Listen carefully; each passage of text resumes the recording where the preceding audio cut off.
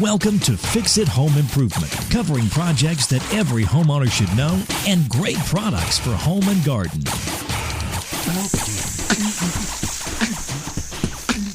Hi, I'm JC, and this is where we share weekly home improvement tips. I'm here with my co-host, Cindy. Hello, JC. Hi, Cindy. Today we're going to be talking about siding, and we'd like to thank Adolfo Nuncio for liking and sharing the podcast. The first siding on early homes in the U.S., primarily log and stone. So as colonists were clearing an area for farming, they'd take all the trees and the stones they found and create these log cabins or stone exterior homes. But as more settlers started to build homes, they would take these trees, create long planks, so you'd get more homes out of the trees in an area rather than the log style. And then shipbuilders started incorporating their skills in boat building to create these shiplap boards or lap boards for the siding. When you're replacing the siding for your home, you want to check with the village, see if there's any restrictions in the material or the color. Really? And because some of these historic areas, they're very strict. And you'd also want to pick the material based on the climate you're in, the performance, and you may be limited to the material based on the rest of your neighborhood. What do you mean? Well, what's going to fit in. And then if you plan on moving, if you have an area where it's primarily inexpensive vinyl, but you love the wood, like a high-end wood look, right? You may not get your money back when you resell. And then depending on the part of the country you're in, if you're hiring a pro, what are they skilled at installing? For example, new construction in the Northeast, some areas, 75% of the siding is vinyl. Wow. In the South, about 30%, and on the West Coast, 6%. What about the Midwest? It's just madness.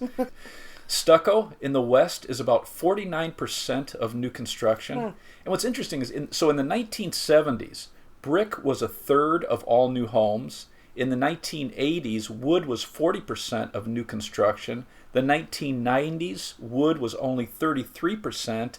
And in the early 2000s, 14% of new construction was wood. Wow. Wow, how that changes. And vinyl is about a third of all new home siding now in the U.S. The most popular home siding beside brick is vinyl, metal, concrete fiber, wood, synthetic stone, and stucco. And vinyl was developed in the late 1800s, but they didn't really use it for home siding till the 1960s. And what's nice about vinyl siding is it's tough, it's lightweight, and it's low cost compared to other siding. Some of these insulated vinyl panels, they have a layer of foam, so it's going to increase the energy efficiency. And depending on the existing siding, you can put vinyl right over it if it's in good shape. Oh, really? Easy to maintain, never needs repainting, and the color goes right through the material. So if you have nicks or scratches, it minimizes it showing up, and you can get a wide range of colors. You can get a variety of styles with the vinyl siding. Some look like textured wood shingles. You can get a wood lap siding look. So fake wood? Yeah, and some look like fake stone, or some look like stone, but they're not stone. The warranties are usually around 30 years, and the better grade vinyl siding will come with a lifetime warranty. Some of these will have a transferable warranty to the new owner, so it's good for resale. The drawbacks of vinyl, the end of the standard 12-foot panel, you have to overlap this, so you're going to see the seams. You can order longer lengths, but it's going to be more expensive. And some of the vinyl actually looks pretty inexpensive compared to other material, so it can hurt the resale in some areas. You have to be careful with vinyl. If you grill too close to it, you can melt it. And then vinyl can crack with impact. So if you're using weed trimmers, it can cut through or crack it. That's happened to my parents. They're landscapers. Yeah, they have quite a few holes on their vinyl siding from that. Whoops. You can get metal siding, primarily aluminum and steel. With steel, it's very durable, won't rot or mold, and steel is going to be more resistant to expansion and contraction from heat and cold. Some of these are going to come with a lifetime warranty. And what's interesting about the steel, it's coming from recycled material. If you have a 2,000 square foot home, you'd need about 45 trees to create wood siding. With a steel-sided home, they recycle 6 cars. Wow.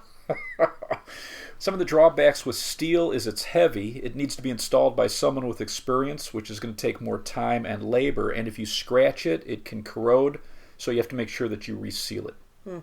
Aluminum comes in a variety of styles and thicknesses, and an inexpensive aluminum is usually 40 gauge.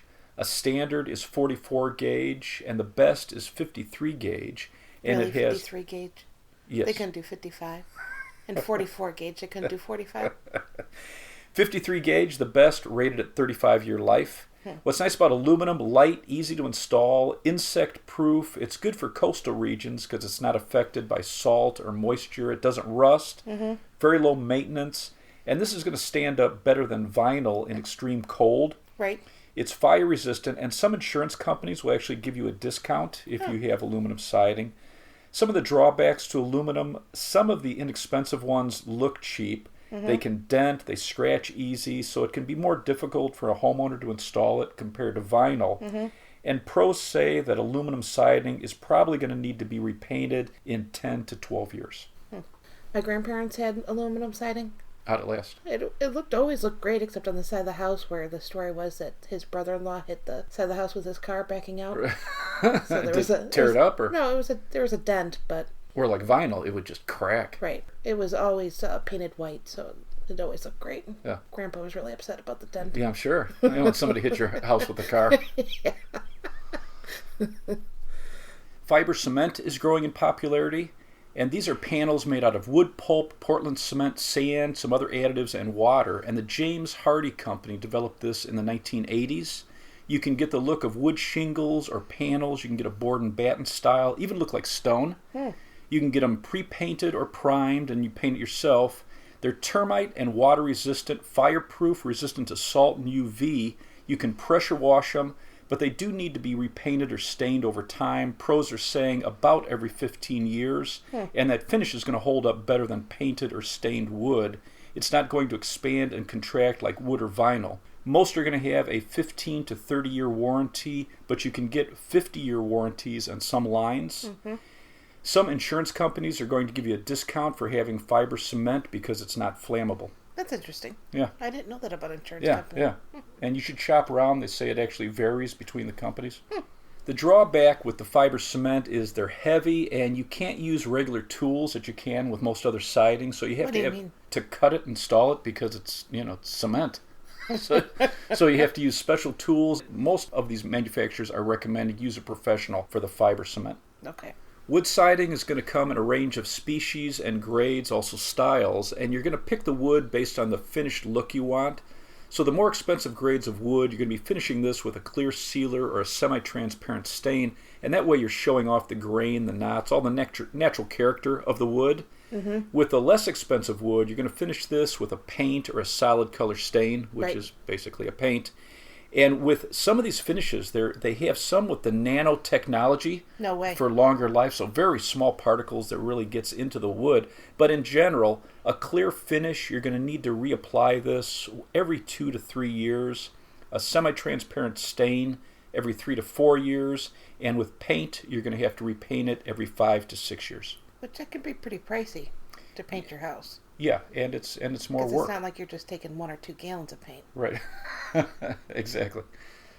Wood is easy to work with. You can use standard tools. You can cut out a section, replace it if it's damaged. You can paint it any color, stain it a wide range of colors. It insulates well compared to other siding. Range of shapes and styles. You can get a lap style, board and batten, shingles. You can get panels 4 foot by 8 foot.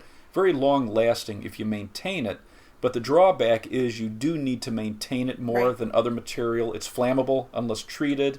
It can be expensive, susceptible to decay or insects, moisture. Woodpeckers love it. So when they're looking for insects, woodpeckers can bore a 2-inch diameter hole in wood siding. That's crazy. And they can bore it deep enough to get behind the vapor barrier and into the insulation. What they're looking for in some wood siding is the larvae of carpenter bees. So you've got these carpenter bees that are creating 1/2-inch holes in your siding, and then you have the woodpeckers going after those. So if you have a line of holes in your wood, you can fill that with a wood epoxy or an exterior grade wood filler. The Gila woodpecker is known to have a taste for bird eggs, earthworms, and lizards if they can't find enough bugs. Well, that's good to know. Thanks. Another option for wood siding is tree bark siding. So these companies take the tree bark and create panels. They're low maintenance. They never need paint or stain. So it just looks like tree bark. Right. But it has to be installed by a professional. And it's expensive.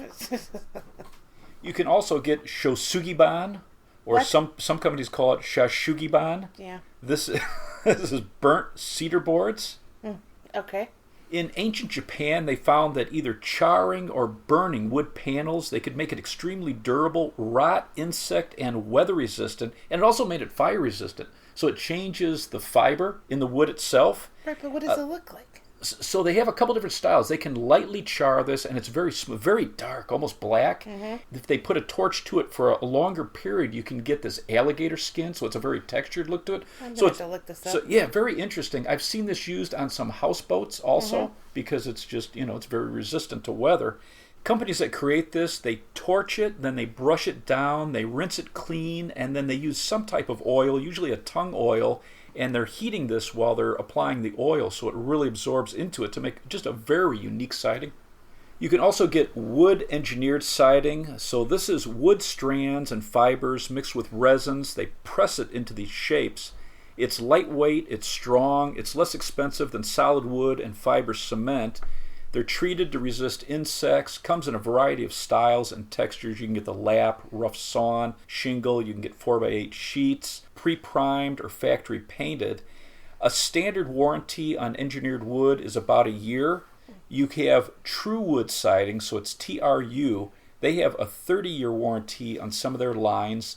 LP Smart Side has a 50-year warranty, and Georgia Pacific has Plytanium, Plytanium.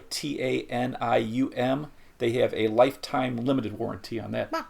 With the engineered siding, some pros are recommending use the lap or the shingle style on the front so it's more decorative, or the front and the side that you can see from the street, and then use the 4x8 sheets of the engineered wood on the back or the side that's not visible from the street, and it's going to be much faster and less expensive to install it, especially if you're doing it yourself. Right. The drawback with engineered wood is you need to seal all the cut edges as you're putting it up. It needs to be maintained like standard wood, so you're going to need a painting schedule to protect it against moisture. Right. Synthetic stone siding can be a variety of materials, so I would read the label, look for the maintenance and the warranty on it. You can get a stone veneer. It's made of Portland cement mix, so it's a little less expensive than natural stone. It's going to be a little lighter than regular stone. You can get clay-based synthetic stone and also polyurethane. Oh, that's interesting. The synthetic stone generally comes in panels to look like either stacked stone, rock, or brick. And I spoke to a rep from Gen Stone. It's Gen Stone. And they use polyurethane foam for their panels. It'll stand up to 130 mile an hour wind. Wow. They have a 25-year guarantee. And this is so polyurethane, very lightweight, easy to cut. It has a shiplap design, so you're just butting up the panels to each other. So this is easy if you're a homeowner doing this yourself. You're going to use construction adhesive on the back and screws to put it in, and then you're using clear caulk between the panels. And this is going to go over a flat surface. So if you have like OSB wood panels, even over brick, and then to maintain it, you just need warm water and mild soap. Stucco is another option for siding, and traditional stucco is made from Portland cement, sand, lime, and water. And the Sumerians, around 4000 BC, were using stucco on their buildings. Stucco and plaster was used in ancient Egypt, about 2500 BC, on the pyramids to give it a finished look. So for your home, you're going to have a wood sheet. You're going to cover it with tar paper and wire mesh usually, and then start covering this with coats of stucco. And that final stucco coat is going to be tinted to the color you want. And you can also apply this over old brick or block, very low maintenance, fire and insect resistant. It's going to be more expensive, though, than vinyl or fiber cement, and this wouldn't be a project you'd do yourself. You'd be hiring a pro for this. The drawback, the average life is around 15 years. It's going to usually last 50 to 80 years, but you're going to have to probably touch it up or repaint it after 15 years. And it can also crack if there's any settling. Dirt can be a problem, rust stains, depending on the accessories around your house. Interesting. And it's not good for humid areas. There are three main types of siding. You have horizontal, vertical, and shingle. With the horizontal, it's also called lap siding or clapboard. And these are long boards. You're overlapping them on top, a variety of profiles, usually tapered thinner on top, or you have tongue and groove style. With the shingle styles, you have small sections or boards, and it's made to look like shingles. Again, a variety of shapes and textures. And then with vertical siding, this is running up and down, generally sheets 4 foot by 8 foot. And you can get sheets with a groove pattern in it or board and batten style. And with the grooves, you want to make sure that they're running vertical. You don't want to run them horizontally because water and dirt is going to get in the grooves. The board and batten style was traditionally 6 to 12-inch wide boards. They would butt them up, leave a little bit of room for expansion, and then they would come back and cover all of those gaps with a 2 to 4-inch wide board, making it very weatherproof. Early home builders in Europe and colonists in the U.S., when they started building 2-story buildings, they would cut trees into 20 to 25-foot wood planks, usually about 12 inches wide. They'd install them vertically on the frame of the house or the barn that they were building, so it was easy to nail up. And then they would come back and they would cover all of the seams with a 4-inch wide board they called a batten. And so it was very weatherproof, and it became so popular that across the U.S., that's how farmers would build their barns. Huh, interesting. When you're shopping for your siding, check the type of wrap or breathable water-resistant barrier required for your siding. One of the top rated is Tyvek. It's Tyvek. If you have a driving rain, it can get behind your siding, and a house wrap is going to stop that moisture from getting to the wood sheathing behind it or into the insulation, and it allows it just to drain out. It should also stop the outside air from getting in, but allows the moisture vapor in your house to escape. Okay. What's interesting is they say the average size home has about 2,000 feet of cracks and gaps for air. Wow. So some of these wraps are definitely going to help insulate your home. Right. When you're estimating the cost of your siding, you're going to measure the square feet. So any part of your house that's either a square or a rectangle, you're going to take the height and the width, and you're going to multiply that. That's going to give you the square feet. If you have any triangles, like the gable end of your house, you're going to go 1/2 base times height, and that's going to give you your square feet.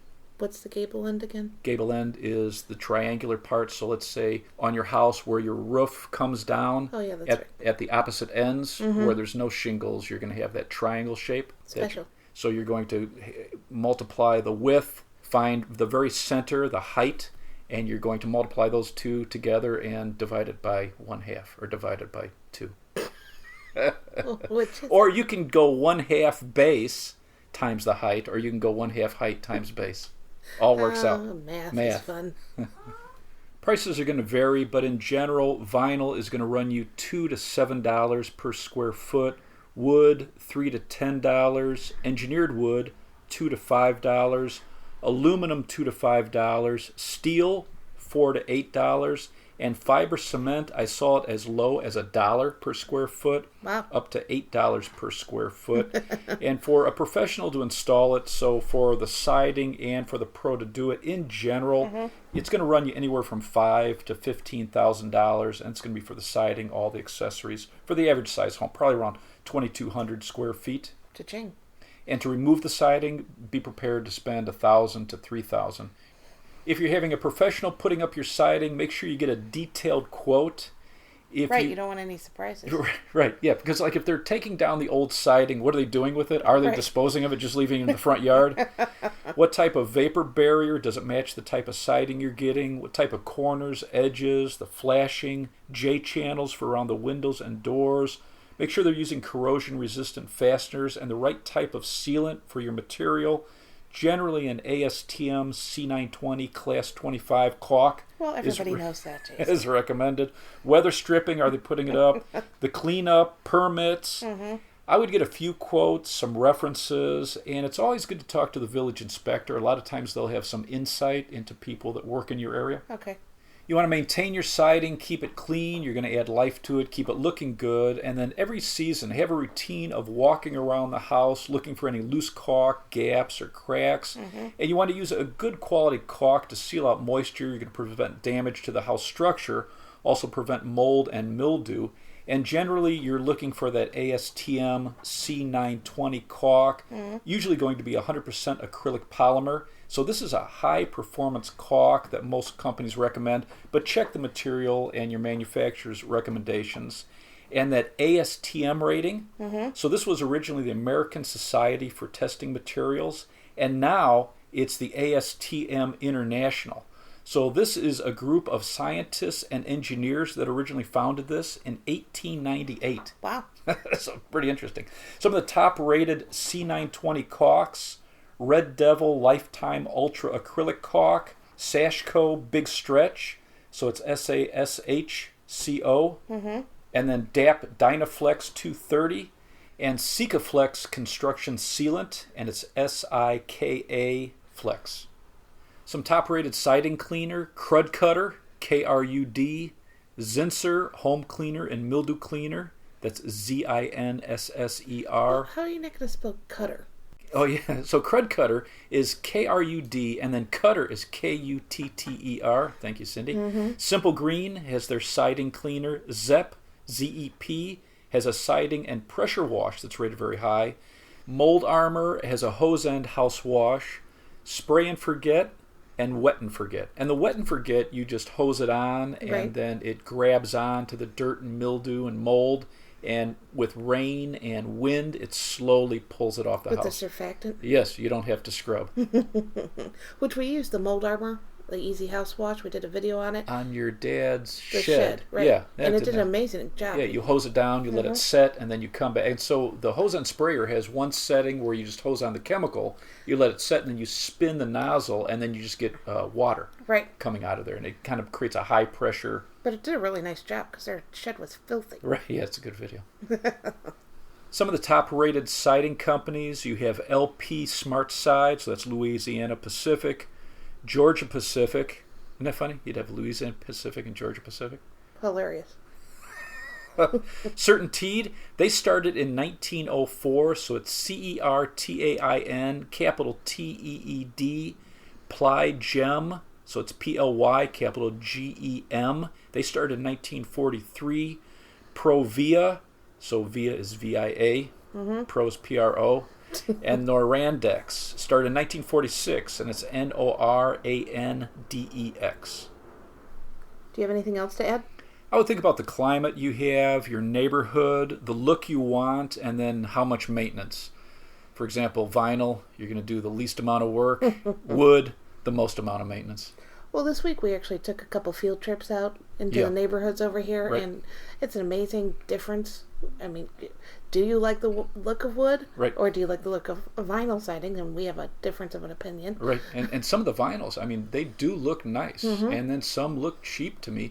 Some of the stucco, it's funny how many dirt stains and rust stains you can see on it. So a lot of it is the maintenance every year. Well, like with wood, though, I mean, you have to continue to paint it. Yeah, paint it or stain it. And it's nonsense. It's every few years, too. Right. And it's and it's a lot of work. I mean, you're talking ladders, you're talking, around the trim, anywhere where water sets, you can have rot. So now you're scraping, maybe using, a wood epoxy or cutting it out, reapplying wood. So, yeah, there's something to be said about vinyl. And the expense of all the paint, too, that you have to continue to buy. Yep. So, let's wrap this up. You can subscribe to our podcast on iTunes, Stitcher, the Spotify mobile app, the Google Play Music app, and iHeartRadio. If you enjoyed it, please leave us a review. You can check out our home improvement videos on our YouTube channel, Fix It Home Improvement. And you can subscribe to that as well. You can email us at fixitpodcast@gmail.com. Where do they get our books, Jason? You can get our books on Amazon, and they're called, what are they called? Home Improvement Solutions, what every homeowner should know. If you enjoyed it, please leave us a 5-star rating and review. I'll talk to you next week. Thank you for listening.